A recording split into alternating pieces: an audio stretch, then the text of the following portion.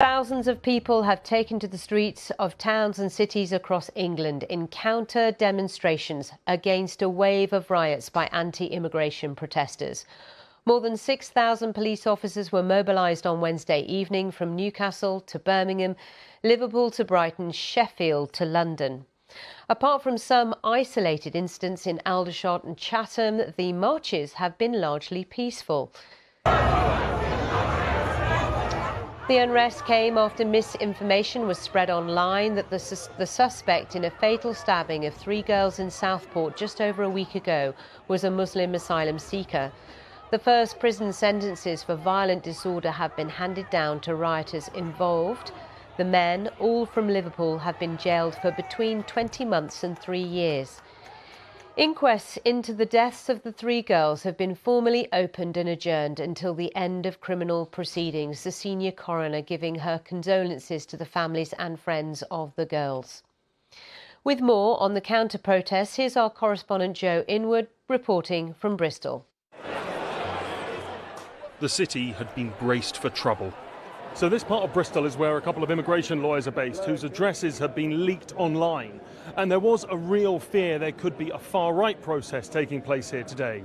But we've been here the last couple of hours, and there's not a sign of that. Instead, something very different has happened. Thousands of anti-racism protesters, trade unionists, members of the local black and Asian community, students, took over the streets in what was broadly a good-natured evening, but one that sent a message. I feel ashamed for our country right now. It's just we're not representing ourselves in any sense of a manner that's admirable at all. You can see a lot of places are boarded up, so there's been a lot of fear about what could happen. And it just felt really important that we were here to protect our community. It was a picture repeated across the country.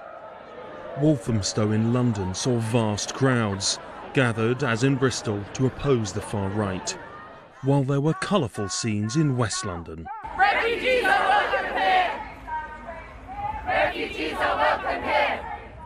In Sheffield, police had prepared for trouble, but none came. In Croydon, although there were a few arrests, things were generally peaceful. While a march between 2 mosques in Accrington was greeted by people drinking at the pub. And this was the scene in Newcastle.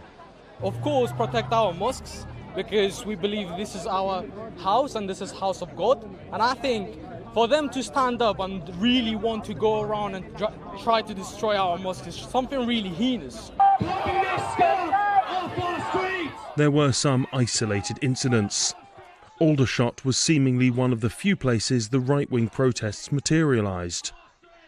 In Brighton, they were so outnumbered they needed police protection. According to the man who used to oversee the police, it's not only the counter-protests that kept the far right off the streets, but also swift prosecutions. The techniques and the instruments that the police have now for identifying people, even with face coverings, I won't go into detail, are very, very advanced. Okay. And also, it is an offence to have a face covering to maintain a face covering in order to take it off by a police officer. So I think that the community has come together, and I think it's an extremely positive step. Back in Bristol, and while there was a heavy police presence all evening, by 10 p.m. there had only been 1 arrest. So this is Castle Park in Bristol, and it's here on Saturday that there were running battles between the far right and anti-fascist protesters, and there had been real fears that those scenes could be replicated tonight. But as you can see, nothing has materialised, and it seems across the country that picture has been repeated. And both government and the protesters on the street tonight will be hoping that this could be a turning point in this disorder. Joe Inwood, BBC News in Bristol.